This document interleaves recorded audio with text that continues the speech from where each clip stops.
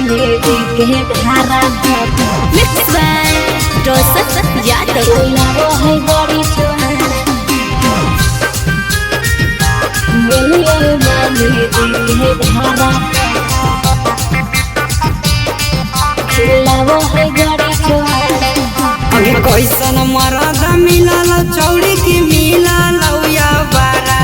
अगे कैसन मरद मिलल चौड़ी की मिलल या बारा गलिया माझी जी के घारा तो खिलावो है गड़ी छोहाड़ा गलिया माझी जी के घारा तो खिलावो है गड़ी छोहाड़ा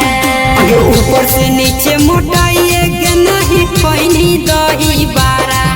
अगे ऊपर से नीचे मोटाइए के नहीं पैनी दही बारा गलिया सदिया करके घारा तो खिलावो है गड़ी छोहाड़ा गलिया माझी जी के घारा तो खिलावो है गड़ी छोहाड़ा गलिया माझी जी के घारा खिलावो है गड़ी छोहाड़ा गलिया माझी जी के घारा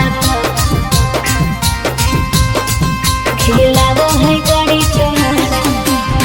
मांझी जी के लइका से कैसे होलो प्यार गे रोइल है बाराती लेके लगल दुआर रे मांझी जी के लइका से कैसे होलो प्यार गे रोइल है बाराती लेके लगल दुआर रे बड़ी सुंदर लगो ही छौड़ी के लगो ही चांद के तारा जो बड़ी सुंदर लगो ही छौड़ी के लगो ही चांद के तारा गलिया माझी जी के घारा तो खिलावो है गड़ी छोहाड़ा गलिया माझी जी के घारा तो खिलावो है गड़ी छोहाड़ा गलिया माझी जी के घारा खिलावो है गड़ी छोहाड़ा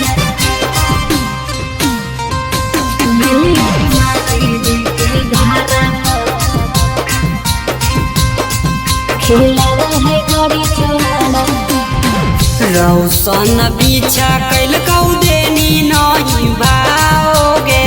मांझी जी से प्यार कैलिए हाल बड़ी लगाओ रे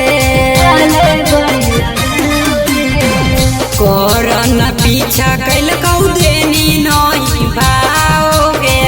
मांझी जी से प्यार कैलिए हाल बड़ी लगाओ रे तू ही तो एगो हनिग छौड़ी आ जाई के सहारा अगे तू ही तो एगो हनिग छौड़ी आ जाई के सहारा गलिए राजा मोलंकी के घारा तो खिलावो है गड़ी छोहाड़ा गलिए अखिल सके घारा